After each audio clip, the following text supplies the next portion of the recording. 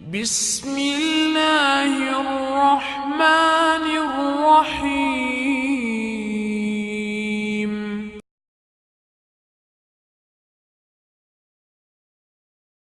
لا حول ولا قوة إلا بالله العلي العظيم. أعوذ بالله من الشيطان اللعين الرجيم. بسم الله الرحمن الرحيم. الحمد لله رب العالمين. الحمد لله على كل نعمة وأسأل الله من كل خير وأعوذ بالله من كل شر وأستغفر الله من كل ذنب. الحمد لله الذي هدانا لهذا وما كنا لنهتدي لولا أن هدانا الله. لقد جاءت رسل ربنا بالحق ثم الصلاة والسلام والتحية والإكرام على رسول الأنام سيدنا ومولانا وشفيع ذنوبنا وطبيب نفوسنا مولانا ومولى الثقلين محبوب رب المشرقين والمغربين جد الحسن والحسين الذي سمي في السماء بأحمد وفي الأراضين بأبي القاسم محمد.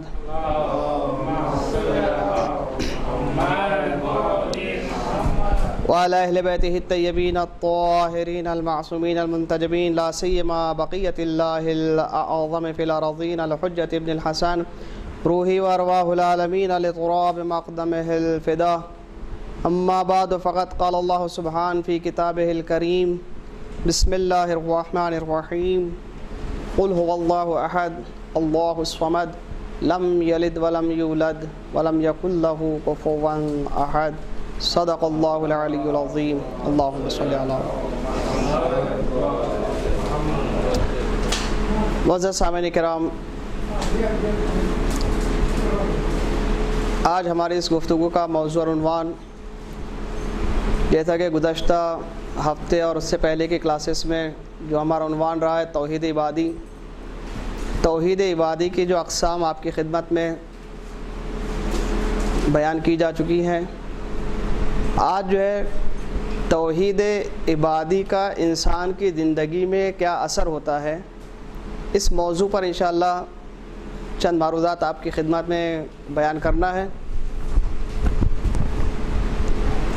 توحید عبادی انسان کی زندگی میں اس کا کیا فائدہ ہے، اس کا کیا اثر ہوتا ہے.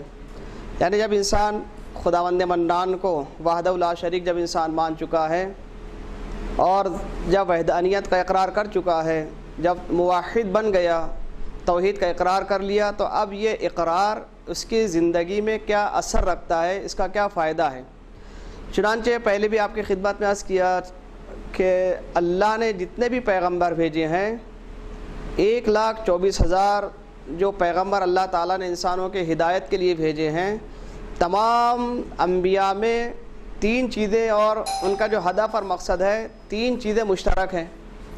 ہر آنے والے نبی نے 3 چیزوں کی طرف جو ہے تاکید کی ہے. پہلا کہ اللہ کی وحدانیت، کہ اللہ کو ایک مانو. دوسرا جو مشترکہ پیغام تھا انبیاء کا، وہ عدل الہی، نبوت. سب سے پہلا جو اللہ کا دوبارہ آپ کی خدمت میں جو ہے تکرار کریں کہ ہر آنے والے نبی نے 3 اعلانات اور 3 پیغامات جو ہے انسانوں کے لیے جو ہے اللہ کی طرف سے لے کر آئے ہیں. پہلا پیغام اللہ کی وحدانیت کا، کہ اللہ وحدہ لا شریک ہے، اللہ کو ایک مانو، اس کا کسی کو شریک قرار نہ دو. یہ پہلی اصل. دوسری اصل کہ میں اللہ کا بھیجا ہوا نبی ہوں، اللہ نے مجھے تمہاری ہدایت کے لیے بھیجا ہے. اور تیسری عدل معاد کا اعلان کیا کہ اس دنیا کے بعد بھی ایک اور زندگی ہے کہ جو تمہارے انتظار میں ہے. تو چنانچہ تمام ادیان میں اور تمام انبیاء کے 3 مشن مشترک رہے: توحید الہی، اپنی نبوت اور معاد. تو لہذا اسی توحید کے سلسلے میں گفتگو ہو رہی ہے. تو آج توحید عبادی کا انسان کی زندگی میں کیا اثر ہوتا ہے، کیا فائدہ ہوتا ہے، یہ آپ کی خدمت میں بیان کرنا مقصود ہے.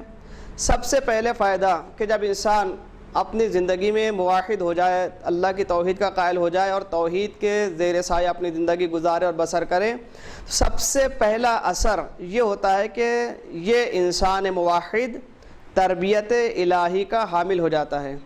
یعنی جو انسان اپنے ہر عمل کو خالصتاً للہ اور اللہ کے لیے مخصوص کر لے، تو پھر جب انسان اس مقام اور منزل پر آ جاتا ہے تو اللہ اس کے تمام امور کی اصلاح اپنے ذمے لے لیتا ہے۔ چنانچہ رسول اسلام حضرت محمد مصطفیٰ صلی اللہ علیہ وآلہ وسلم کا کہ ارشاد گرامی ہے کہ حضرت نے فرمایا کہ اللہ تعالیٰ خود فرماتا ہے کہ میں اپنے بندوں کے اوپر نظر کرتا ہوں اور ان کے دل کو میں دیکھتا ہوں۔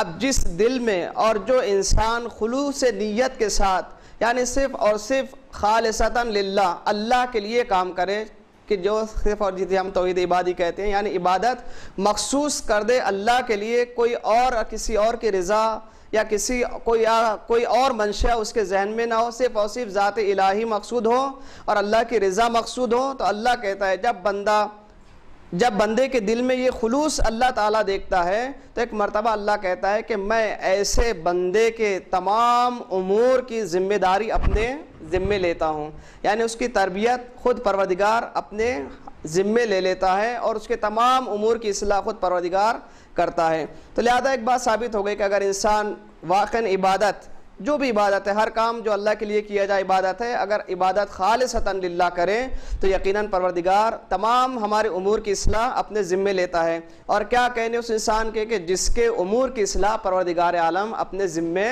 لے لے، اس کی دنیا بھی آباد ہے، اس کی آخرت بھی آباد ہے۔ چنانچہ دعائے عرفہ میں آپ ہر سال پڑھتے ہیں، انشاءاللہ اس سال بھی پڑھیے گا، کہ بڑا مشہور و معروف جملہ ہے دعائے عرفہ کا کہ امام حسین فرماتے ہیں کہ پروردگار اس نے کیا پایا کہ جس نے تجھے کھو دیا، یعنی جس کے پاس خدا نہیں ہے، اس کے پاس کوئی چیز نہیں، اگر کائنات کی ہر شے، تمام نعمت، تمام ثروت، تمام مال و دولت، عیش و عشرت، تمام چیزیں موجود ہوں، لیکن اللہ کی معرفت اس کے دل میں نہ ہو، تو مولا فرماتے ہیں کہ پروردگار جس کے پاس تو نہیں ہے، تمام دنیا رکھنے کے باوجود اس کے پاس کچھ نہیں ہے، تو کہا کہ اس نے کیا پایا کہ جس نے تجھے کھو دیا، اور اس نے کیا کھویا کہ جس نے تجھے پا لیا۔ جس کے پاس نور معرفت الہی ہے، جس کے دل میں اللہ کی معرفت کا نور روشن اور منور ہے، اگرچہ بوریا نشین ہے، لیکن یہ نور معرفت الہی جو اس کے دل میں روشن اور منور ہے، اس کی قیمت دنیا کی کسی شے سے جو ہے مقایسہ نہیں کیا جا سکتا۔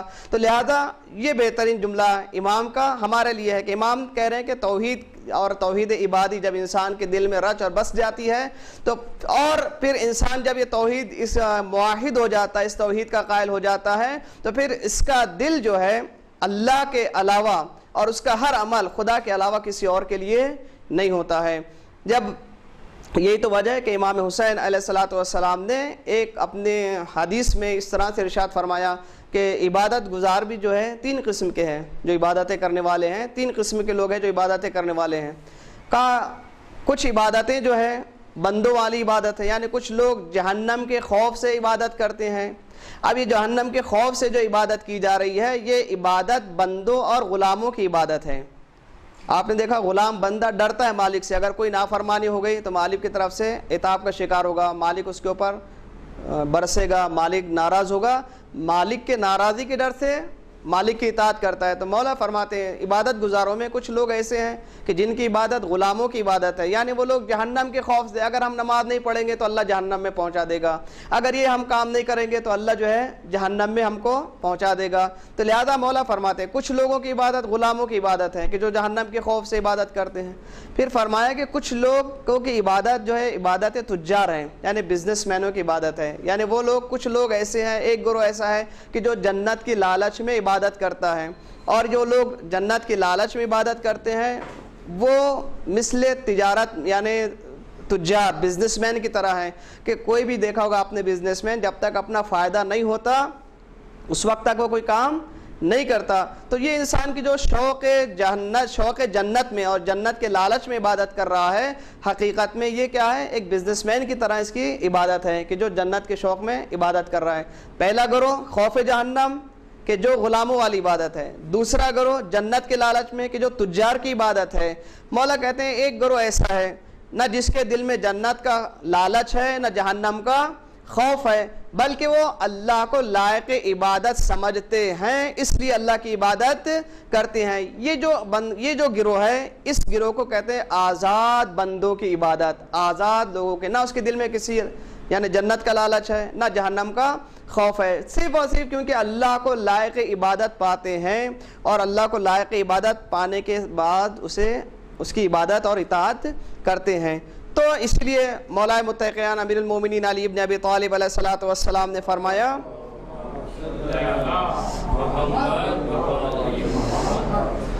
کہ پروردگار میں تیری عبادت نہ جہنم کے خوف سے کرتا ہوں نہ جنت کے لالچ میں کرتا ہوں، بلکہ میں نے تجھے لائق عبادت پایا اس لیے میں تیری عبادت کرتا ہوں۔ تو یہ کب آتا ہے؟ جب انسان کے دل میں حقیقی توحید عبادی جب انسان کے دل میں آتی ہے، اور جب ہر کام اللہ کے لیے ہوتا ہے تو اس موقع پر اور اس منزل پر انسان یہ مقام حاصل کر سکتا ہے۔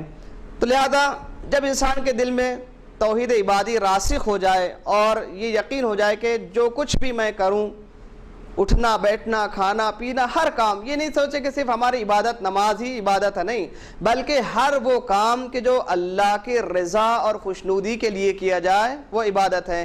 اگر آپ راستہ چل رہے ہیں، ایک پتھر بیچ میں پڑا، یہ سوچ کر کہ یہ پتھر کسی مومن کے لیے کوئی مشکل پیدا نہ کر دے، آپ نے اس پتھر کو راستے سے ہٹا دیا۔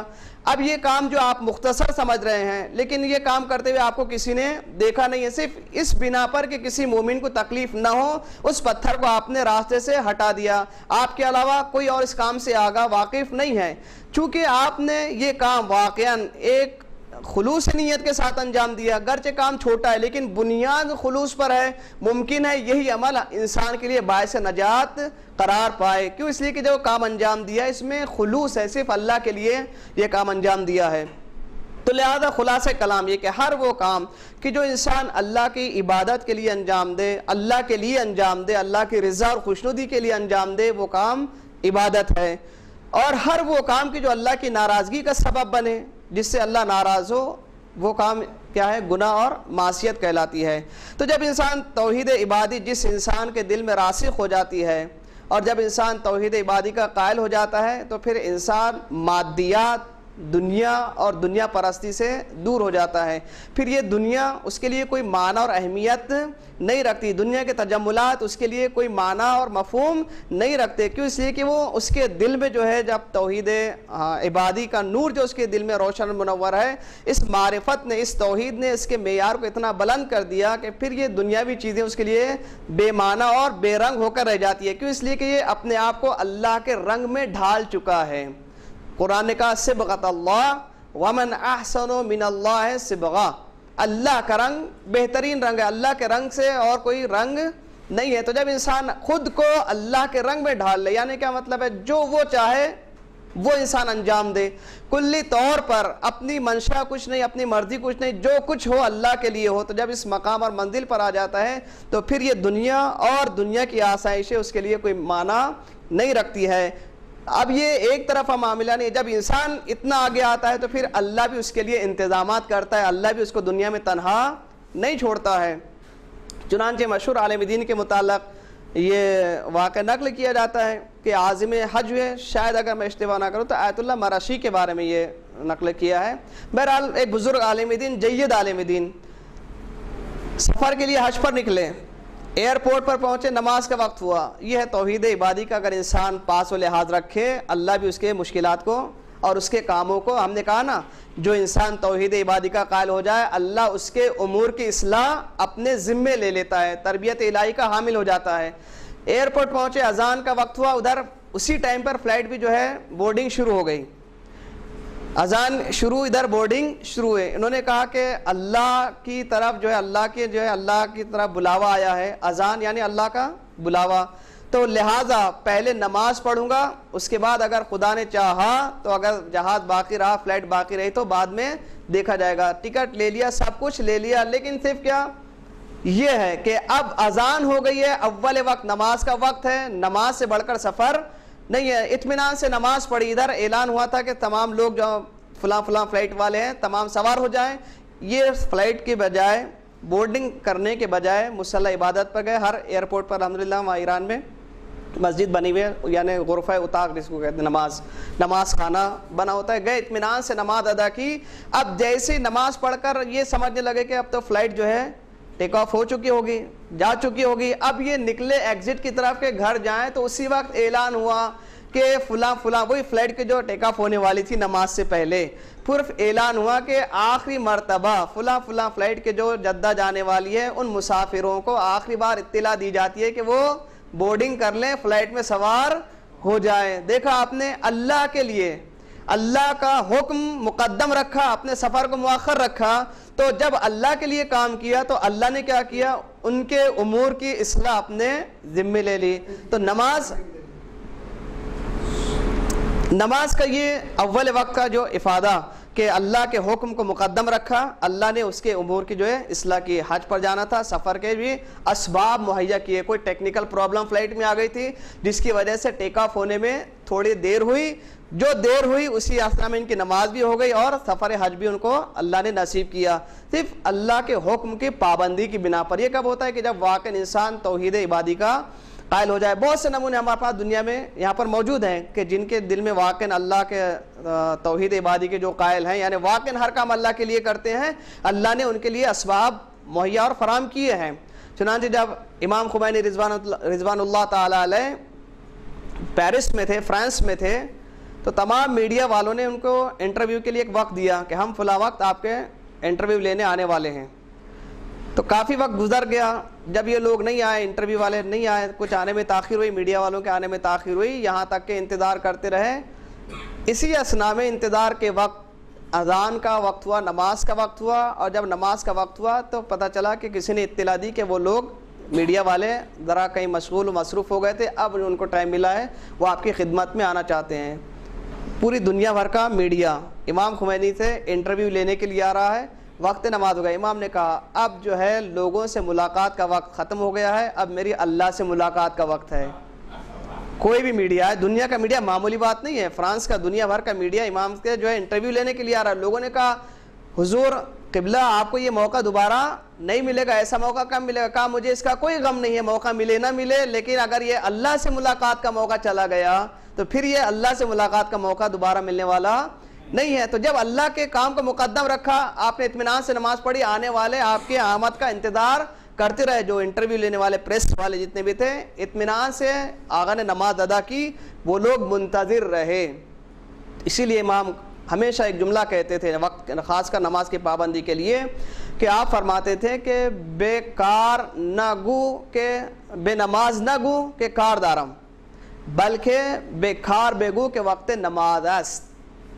امام فرماتے ہیں کہ اپنے کام سے یہ نہ کہو کہ ابھی جو ہے یہ نماز سے یہ نہ کہو کہ ابھی میرے کو کام ہے۔ اکثر ہوتا ہے نا، انسان کام میں بزی ہے، اپنا کام پورا ہو جائے بعد میں نماز پڑھ لیں گے۔ امام کا جملہ کہتے ہیں کہ بے نماز نہ گو کہ کار دارم، نماز سے نہ کہو کہ مجھے کام ہے، بلکہ بے کار بے گو وقت نماز ہے، بلکہ اپنے کام سے کہو کہ ابھی وقت نماز ہے۔ یعنی جیسی نماز ہو جائے، انسان نماز کو اہمیت دے۔ یہ کب ہوتا ہے؟ کہ جب واقع انسان توحید کا قائل ہو جائے۔ تو خلاصہ کلام، توحید عبادی کا پہلا انسان کی انفرادی زندگی میں یہ ہے کہ انسان جو توحید عبادی کا قائل ہو جاتا ہے، اللہ اس کی تربیت اپنے ذمے لے لیتا ہے اور اس کے تمام امور کی اصلاح پروردگار عالم خود اپنے ذمے لے لیتا ہے۔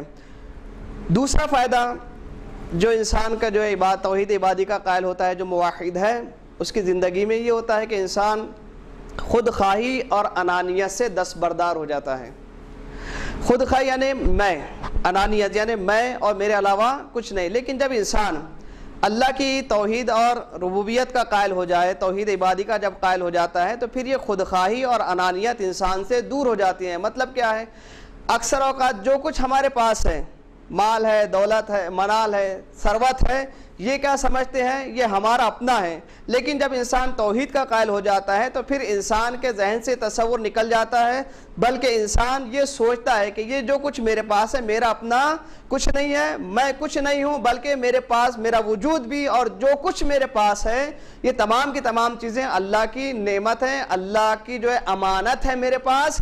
لہذا یہی وجہ ہے کہ جب بھی کوئی ضرورت مند آتا ہے، جب بھی اللہ کی راہ میں خرچ کرنے کا مسئلہ آتا ہے، تو جو موحد حقیقی ہے وہ اللہ کی راہ میں خرچ کرنے سے دریغ نہیں کرتا۔ کیوں؟ اس لیے کہ اس کا خیال یہ ہے کہ جو کچھ میرے پاس ہے میرا اپنا کچھ نہیں ہے، اللہ کا سب دیا ہوا ہے، یہ اللہ کا مال اللہ کی راہ میں خرچ کرنا ہے۔ ہے۔ تو یہ جو توحید عبادی کا دوسرا فائدہ انسان کی زندگی میں یہ ہے کہ انسان خودخواہی اور انانیت سے بری اور دستبردار ہو جاتا ہے۔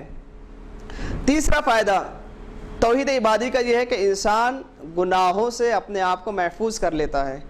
اب جس انسان کی ذمہ داری، تربیت کی ذمہ داری اللہ کے ذمے ہو، یعنی جب انسان نے اللہ کی عبادیت یعنی عبودیت کا اقرار کیا اور اسی اعتقاد کے زیر سائے زندگی گزاری اور بسر کی، تو پہلا نتیجہ یہ کہ اللہ نے اس کی تربیت اپنے ذمے لی، اور جب تربیت اپنے ذمے لی تو دوسرا فائدہ یہ ہوا کہ انسان خودخواہی سے نجات پا گیا۔ جب خودخواہی سے نجات پا گیا تو تیسرا اثر یہ ہوتا ہے کہ انسان توحید عبادی کے تصدق میں اور اس کے اقرار اور اعتقاد کے بنسبت کیا ہو جاتا ہے، بہت سے گناہوں سے اپنے آپ کو مسنون اور محفوظ کر لیتا ہے۔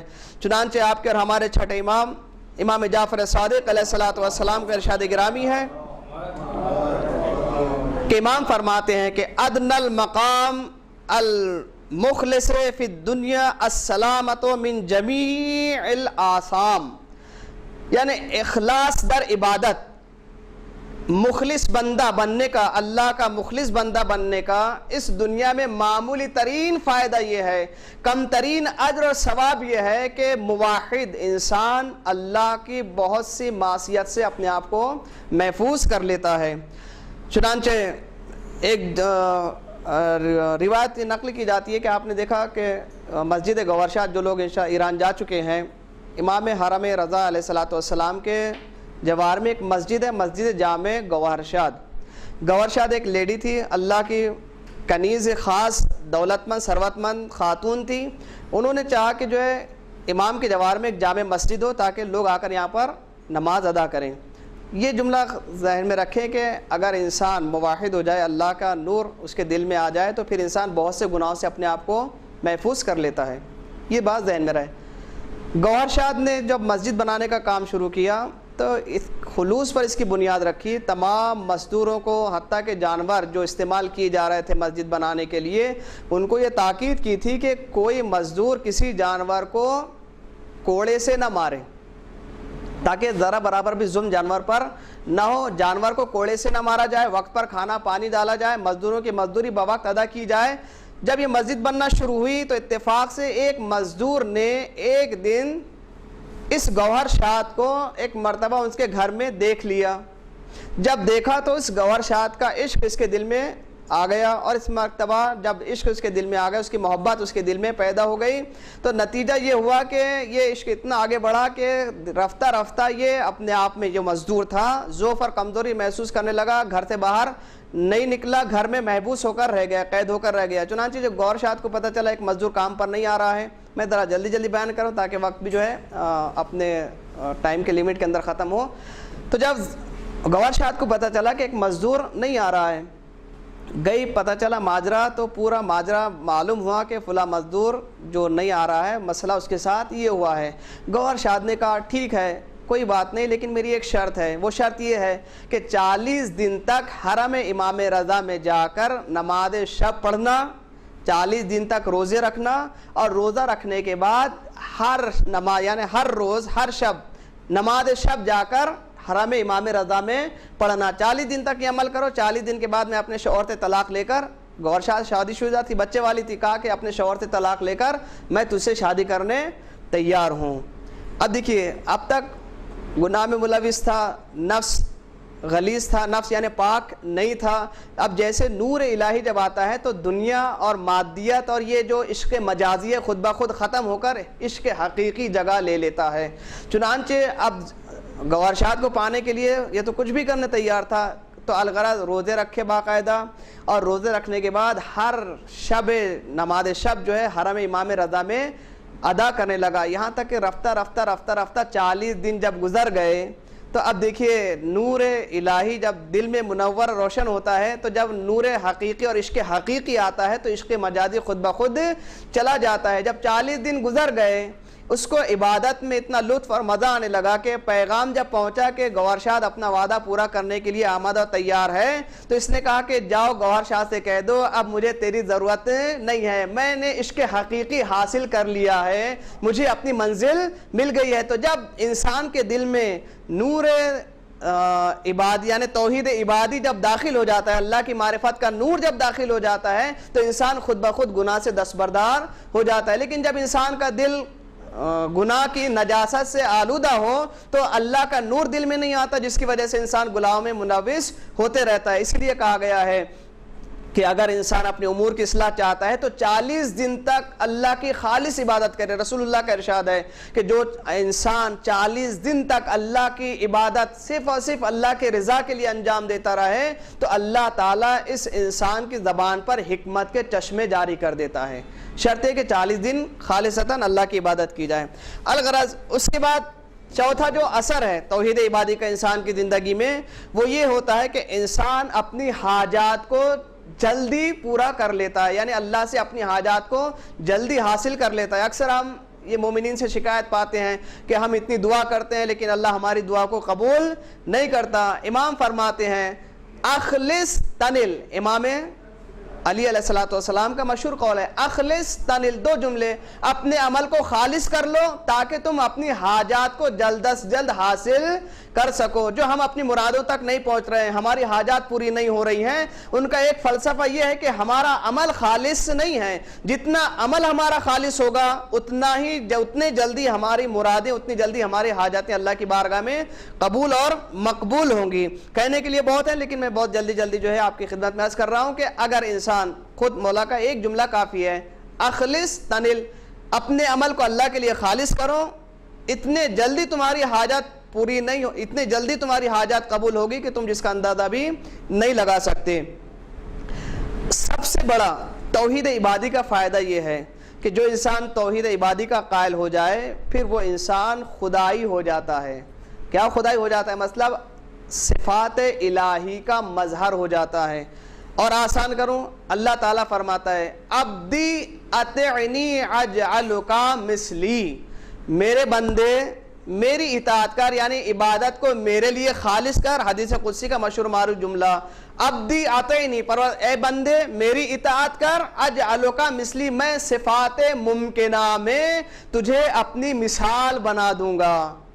یہ صفات ممکنہ، جو صفات ممکنہ ہیں ان صفات ممکنہ میں میں تجھے اپنی مثال بنا دوں گا، لیکن شرط یہ کہ پہلے میری اطاعت تو کر. اسی لیے تو اقبال کا مشہور و معروف شعر ہے کہ خودی کو کر بلند اتنا کہ ہر تقدیر سے پہلے خدا خود بندے سے پوچھے بتا تیری رضا کیا. یہ کب ہوتا ہے؟ جب اطعنی کی منزل پر آتا ہے، جب اللہ کی اطاعت خالصتاً ہوتی ہے تو اب انسان ادھر ارادہ کرتا ہے، وہ چیز فوراً ہو جاتی ہے. اللہ کی ایک صفات کیا ہے؟ اللہ ارادہ کرتا ہے چیز ہو جاتی ہے. اگر انسان بھی اللہ کی اسی طرح عبادت اور اطاعت کرے تو یقیناً عام انسان بھی اس صفت کا حامل ہو سکتا ہے. نمونے ہمارے پاس بہت سے موجود ہے. آیت اللہ نخود کی، بہترین عارف زمانہ، اپنے زمانے کے بہترین عارف، ان کا مزار مشہد مقدس میں شمال کی جانب جب حرم سے باہر نکلیں گے تو آیت اللہ نخودکی کے نام سے ایک پورا روضہ گنبد بنا ہوا ہے. آیت اللہ نخودکی ایک راستے سے گزر رہے ہیں، اپنے زمانے کے عارف. دیکھا کہ ایک چھت ہے گھر کی، اس گھر کی چھت پر ایک بچہ جو کھیل رہا تھا، ماں کسی کام میں مشغول تھی. دیکھا بچہ جو ہے کیا ہے، چھت سے نیچے گرا چاہتا ہے. چھت پر کوئی رکاوٹ نہیں ہے، بچہ چھت سے نیچے گرا چاہتا ہے. ماں جو ہے چیخ رہی ہے کہ میرا بچہ ہوا میں ہے. اسی عالم میں جب آیت اللہ نخودکی کی اس کے اوپر نظر پڑی تو ایک مرتبہ انہوں نے کہا رک جا. بچہ ہوا میں رک گیا. یہ آگے بڑھے، ایک مرتبہ اپنے ہاتھ کو پھیلایا، کہا بیا بیا. بچہ دھیرے دھیرے جس انداز جو کہہ رہے تھے اسی انداز سے اطمینان سے نیچے آ گیا. اب جو لوگ دیکھ رہے تھے ان کی حیرت کی انتہا نہ رہی کہ ایک آدمی، ایک آیت اللہ، ایک عالم دین، اور انہوں نے کہا رک جا. وہ بچہ رک گیا اور پھر انہوں نے اشارہ کیا، بچہ زمین پر آ گیا. آگے بڑھے، پوچھا ماجرا کیا ہے؟ تو ایک ہی جملہ آیت اللہ نخود نے کہا، ایک جملہ جو ہمارے لیے مشعل راہ ہے. کہا اب تک میں اللہ کی اور اس کی بات مانتا رہا، جو اس نے کہا میں سنتا رہا. توحید عبادی، جو اس نے کہا میں سنتا رہا. اب تک میں اس کی بات سنتا رہا. آج میں نے ایک خواہش کی، اس نے میری بات سن لی. کوئی بڑا کام نہیں ہے، تم بھی اس کی بات سنتے رہو، وہ بھی تمہاری بات سننے کا عادی ہو جائے گا. لیکن ہمارے پاس مشکل یہ ہے کہ ہم اپنی سنانا چاہتے ہیں, اس کی سننا نہیں چاہتے ہیں. جب یہ مسئلہ آتا ہے تو ہماری حاجتیں بھی قبول نہیں ہوتی ہے. تو یہ ہے توحید عبادی کے انسان کی زندگی میں اثر. سب سے پہلا اثر آخر میں مرور کر دوں. سب سے پہلا اثر کہ جو انسان موحد ہو جاتا ہے, تربیت الہی کا وہ حامل ہو جاتا ہے.